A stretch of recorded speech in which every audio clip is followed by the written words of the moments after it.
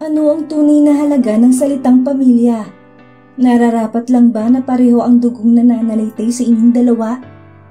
Paano naman kung sampid ka lang dahil isa kang ampon at hindi ka naman talaga totoong miyembro ng pamilya?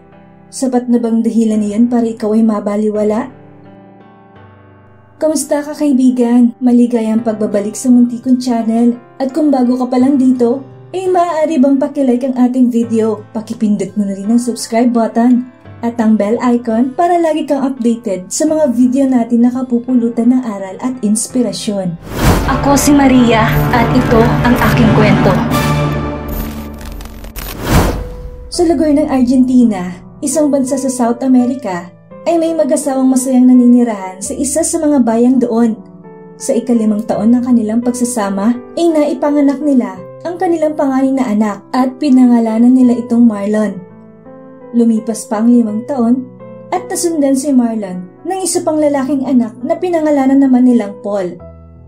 Simple, ngunit masayang namuhay ang mag-anak. Nakalaunan ay nagpasyang mag-asawa na magampon at magkaroon ng isa pang babaeng anak na binigyan naman nila ng pangalang Rica. Mabilis na lumipas ang mga taon at nagsipaglakihan na ang 3 anak na mag-asawa. Umibig si Marlon at mas piniling unahin ang pag-aasawa kaysa sa pagtapos ng kanyang pag-aaral. Dahil dito ay nag-drop out ito sa school at nagpakasal. Humiwalay sa kanyang mga magulang at nanirahan sa malayong lugar kasama ang may bahay nito. Si Paul naman ay mas piniling manirahan sa isang boarding house sa kadahilan ng gusto nito mas mapalapit sa eskwelahan kung saan ito nag-aaral. At ang ikatlong anak na si Rica lamang ang naiwan kasama ng matandang mag-asawa dahil minor de edad pa ito at kasalukuyang nasa high school pa lang. Ngunit gaya nga ng kasabihan na ang lahat ng bagay ay may katapusan, tulad ng kasiyahan ng pamilyang ito ay mayroon ding hangganan at darating din ang panahon kung saan ang lahat ay susubukin sa itinakdang panahon. Ang haligi ng tahanan, ang kanilang ama, kung saan siyang tanging nagbibigay ng suporta at pangangailangan ng buong pamilya, ay biglang binawian ng buhay dahil sa inatake ito sa puso. Walang may gusto sa pangyayaring ito at hindi nila inaasahang mangyayari ito kaagad sa kanila ang mawala ng isang minamahal sa buhay. Lubhang napakasakit ng sitwasyong iyon. Ngunit wala man lang sa 2 anak na lalaki ang pumunta sa lamay at burol ng kanilang ama para ihatid ito sa huli nitong hantungan. Tanging ang bunsong anak na babae lamang, ilang kamag-anak at kaibigan ng kasama ng kanilang ina sa sementeryo noong araw na iyon. Halos hindi matanggap na matandang babae ang biglaang pagkawala ng kanyang asawa. Ngunit ang isa pang ikinasasama ng loob niya ay kung bakit hindi man lang pumunta ang 2 nitong anak para makapagpaalaman lang sa tatay nila sa huling pagkakataon. Hindi niya lubos maisip kung ano ang sapat na dahilan ng mga ito para gawin iyon, samantalang buong buhay ng kanilang ama ay inilaan nito sa kanyang pamilya. Mula sa pagtatrabaho ng mabuti para lang maibigay at matustusan ang pangangailangan ng kanyang mga anak, hanggang sa pag-unawa sa mga ito sa mga ninais nilang gawin sa sarili nilang buhay. Sabi ng kanyang panganay na anak ay hindi daw nito maiwan at sobrang busy sa kanyang trabaho. At ang pangalawa naman ay kasalukuyang kumukuha ng exams ng araw na iyon. At sobrang masakit nga rin daw dito ang pagkawala ng kanyang ama, ngunit wala lang daw talaga siyang magawa. Wala naman ibang mapagpipilian pa ang matandang babae kung hindi tanggapin na lamang ang walang kwentang dahilan ng kanyang mga anak. Matapos mamatay na matandang lalaki, ay naisaling naman ang lahat ng karapatan sa mga ari-arian nila sa matandang babae, ang nanay nila. Ang naipundar na malaking bahay at ang mamahaling sasakyan na dugot pawis ang ipinuhunan ng kanilang ama upang mabili lamang ang ganong karangyang sasakyan. Isang araw, bigla na lamang umuwi ang 2 anak na lalaki sa dating bahay nila. Narinig ng mga itong tungkol sa mga ari-arian na naiwan ng kanilang ama. Masaya silang pinagbuksan ng pinto ng kanilang ina at pinatuloy sa sala para makipagkwentuhan. Ngunit wala pang 5 minuto ay binanggit na kaagad ng kanyang panganay na anak ang tungkol sa naiwang ari-arian ng kanilang ama. Ma, sa akin mo nalang iwan ang bahay at lupa na ito. Alam kong alam mo na mas kailangan namin ito ng mga apo mo. Alam mo din na nahihirapan kaming umupa, di ba? Dati kasi tumutulong si Dad sa mga gastusin pero ngayon Sobrang hirap na talaga kaming budgetin yung sweldo ko. Pwede ka naman tumira dito kasama namin kung gusto mo. Wika ni Marlon sa kanyang ina na napamaang naman sa mga salitang binitawan ng lalaki. Eh ma, alam mo malaking tulong sa akin ang kotse ni Dad. Kasi alam mo naman diba na mahirap talaga mag-commute. Sobrang nakakapagod sa tulad kong estudyante. Wika naman ni Paul, ang ikalawang anak niya. Teka, hindi ka naman marunong mag-drive ah. Tsaka mas kailangan ko ang sasakyan. May mga anak ako at mas kailangan ko yan sa trabaho ko. Biglang giit ni Marlon sa ina at kapatid nito. O bakit? Pwede naman ako mag-aral mag-drive ah. Kailangan ko yun sa pag-aaral ko. Matigas na sagot ni Paul sa kanyang kuya. Sa may di kalayuan ay tahimik lang na nakikinig si Rika sa pagtatalo ng kanyang mga kapatid at hindi ito nagtangkang magsalita. Mga anak, alam niyo masaya akong binisita at kinita niyo ako kahit na ang bahay at sasakyan lang talaga ang pakay niyo. Pero hindi pa naman ako patay para hingin niyo sa akin ang pamanang iniwan ng ama niyo at ako ang magdedesisyon tungkol sa bagay na ito. Marlon anak, pwede kang tumira dito sa bahay pero hindi ko pa ibibigay sa iyo ang titulo. At ikaw naman Paul anak, hindi mo pa pwedeng kunin ang sasakyan. Wika ng matanda sa mga ito. Dahil sa mga salitang narinig mula sa kanilang ina, ay galit ang naramdaman ng dalawa. Padabog na umalis sa mga ito at masamang-masama ang loob sa naging desisyon ng nanay nila. Lumipas pa ang mga araw at hindi na talaga gaanong bumibisita ang dalawang anak na lalaki. Kung uuwi man ang mga ito, ay palagi lamang nahahantong sa pagtatalo dahil sa hindi nila makuha ang gusto nila mula sa kanilang ina. Pakiramdam nila ay iyon ang unang beses na hindi nila nakuha ang kanilang gusto, di gaya ng dati noong buhay pa ang kanilang ama. Ipalagi silang nasusunod kung may hiniling man sila sa kanilang tatay. Naiiyak na lamang ang matandang babae sa tuwing maaalala ang hindi niya pagkakasundo ng kanyang mga anak. Sinisisi niya ang kanyang sarili dahil siya naman daw ang dahilan kung bakit lumaki ang mga ito sa luho.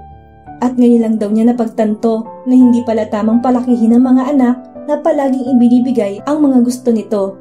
Dumaan pa ang ilang buwan at tuluyan ang hindi binisita nila Marlon at Paul ang kanilang ina. Napagtanto kasi ng mga ito na hindi naman ibibigay sa kanila ng ina nila ang bahay, lupa at sasakyan habang ito'y nabubuhay pa. Patuloy naman ang panghihina ng matanda, dagdag pa ang pagkalungkot nito dahil sa pagkamatay ng asawa at ang isipin kung gaano kasama ang naging bunga ng pagpapalaki nila sa mga anak ay mas lalo pang nagbigay ng bigat sa sakit na nararamdaman nito. Tanging si Rika lamang ang naiiwang sandalan ng matanda. Ang tanging naglalaan ng oras para alagaan ito at tanging tumitingin sa malubhang kalagayan ng kanilang ina. Isang araw ay biglang inatake sa puso ang matandang babae at agad naman itong dinala ni Rika sa ospital. Ibinalita niya sa kanyang mga kuya ang nangyari sa kanilang ina. Ngunit nilamon na ng galit ang mga puso nito at hindi man lang kinamusta ang matanda. Lumipas ang mga araw at sa kabutihang palad ay pinayagan na rin makauwi ng doktor ang matanda. Ngunit dahil sa nangyaring atake sa puso ay nanatili lamang itong nakahiga at tuluyan ng naratay sa kama at hindi na makakilos pa. Si Rika na lamang nagbibigay ng mga pangangailangan nito, kagaya ng pagkain at paglilinis ng katawan. Ngunit sa kasamaang palad, isang umaga ay nagising na lamang si Rika na tuluyan ng nawala ang kanyang ina. Pero noong unang beses pa lamang pala, nakausapin ito ng mga anak nitong lalaki, ay inayos na rin pala nito ang mga papeles kung saan ipinangalan niya kay Marlon ang bahay at lupa, samantalang kay Paul naman ang mamahaling sasakyan. Samantalang wala naman ang pangalan ni Rika sa iniwang pamana ng kanyang ina at wala ni isang kusing ang iniwan sa kanya. Sa kabila ng lahat, ay wala ni anumang sama ng loob ang naramdaman noon ni Rika kung hindi sapat na at masayang-masayang dalaga sa pag-aaruga sa kanya ng mga taong itinuring na niyang totoong mga magulang. Habang umiiyak at patuloy sa pagluluksa si Rika, isumagi sa kanyang alaala ang naging pag-uusap ng ina noong nakarate ito sa higaan bago pa man ito bawian ng buhay. Naalala niya na may isang lumang maliit na kahon ang pinakatago-tago nito at ibinigay iyon sa kanya na pinakuha pa sa ilalim ng kama nito. Sabi ng kanyang ina na matagal na nga iyong iniingatan at gusto nitong buksan iyan ng dalaga sa oras na tumuntong ito sa edad na 18. Naalala niya pa ang paghingi ng paumanhin ng kanyang ina. dahil sigurado daw itong hindi na nito masasamahan ng anak sa araw na iyon. Kinuha ni Rika ang regalo ng kanyang ina pero hindi man lang nito tinanong kung ano ang laman nito. Ang isipin kasi na nagpapaalam na at mawawala ng kanyang ina ay lubhang nagpadurog sa puso niya, kung kaya naman niyakap na lamang ni Rika ang ina nito. Matapos na mabalitaan nila Marlon at Paul ang pagpanaw ng kanilang ina, ay agad inasikaso ng mga ito ang pagkuha sa naiwang ari-arian ng kanilang mga magulang. Tila nabunutan ng tinik sa lalamunan ang mga ito, dahil sa wakas ay napasakamay na nila ang bagay na matagal na nilang inasam. Masayang masaya ang mga ito, himbis na magluksa at malungkot sa pagkamatay ng kanilang ina. Sabi ni Marlon na dahil sa minor pa si Rika, ay ayaw niya raw maging responsable ito sa pagpapalaki sa kanya. Isa pa ay hindi naman daw niya ito tunay na kapatid. Sabi naman ni Paul na mas lalong hindi niya raw pwedeng isama si Rika sa apartment niya dahil puro lalaki daw ang nakatira doon. Mabuti na lamang bago pa pumanaw ang ina ni Rika ay nakausap na nito ang nag-iisa nitong kapatid na babae at pumayag naman ito na doon manirahan si Rika. Kung kaya naman, sinimulang inimpake ni Rika ang mga gamit niya at nagtungo sa bus station papunta sa Karatig Bayan kung saan nakatira ang tita Merly niya na kapatid ng kanyang ina. Isa itong teacher sa public school at tumandang dalaga, kung kaya naman masayang masaya nitong sinundo si Rika sa terminal at mahigpit na niyakap ang dalaga. Masaya ito dahil mula sa mga oras na iyon ay may makakasama na ito at hindi na muling mag-iisa pa. Dumating na nga ang ika-18 karawan ni Rika at sinimulan na niyang buksan ang lumang kahon na iniregalo sa kanya ng ina bago ito pumanaw. Nasa tabi niya noon ang kanyang tita Merly at sinamaan siya nito sa pagdiriwang ng kanyang kaarawan. Medyo maalikabok pa ang loob nito at may kakaibang amoy dahil na rin siguro sa tagal ng pagkakatago nito sa ilalim ng higaan. Unti-unti at nagsimulang magsipagpatakan ang mga luha mula sa mga mata ni Rika nang makita nito ang mga larawan sa loob ng lumang kahon.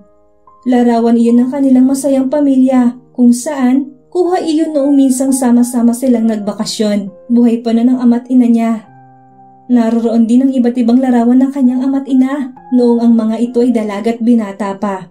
Nakita niya rin ang sari-saring baby pictures nilang magkakapatid at muli na naman siyang napaluha dahil sobrang miss na niya ang dating masayang pamilya. Nang muling tingnan ni Rika ang laman ng lumang kahon, ay umago ng pansin sa kanya ang kulay brown na maliit na envelope sa pinakailalim kung saan nakalagay ang mga pictures. Kinuha iyon ni Rika at binuksan. Tumambad sa kanyang mga mata ang isang liham na sinulat ng kanyang ina.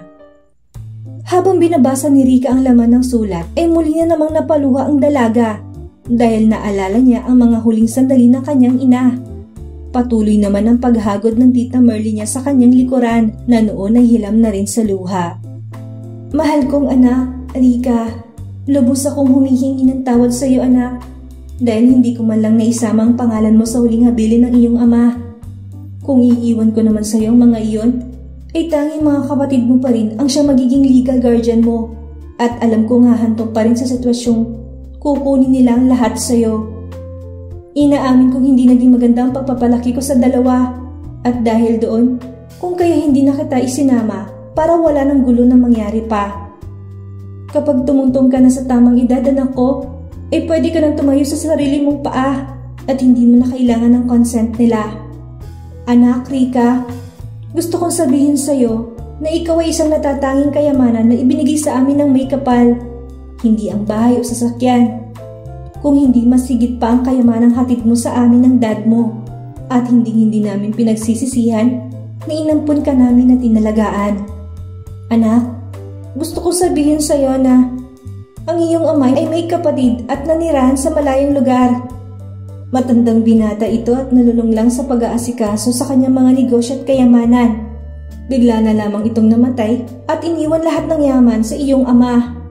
Pero dahil sa ayaw iyon galawin ng dad nyo, dahil hindi naman niya iyon pinaghirapan, kung kaya ni minsan na hindi niya iyon nabanggit sa inyo at ako lamang ang tanging nakakaalam.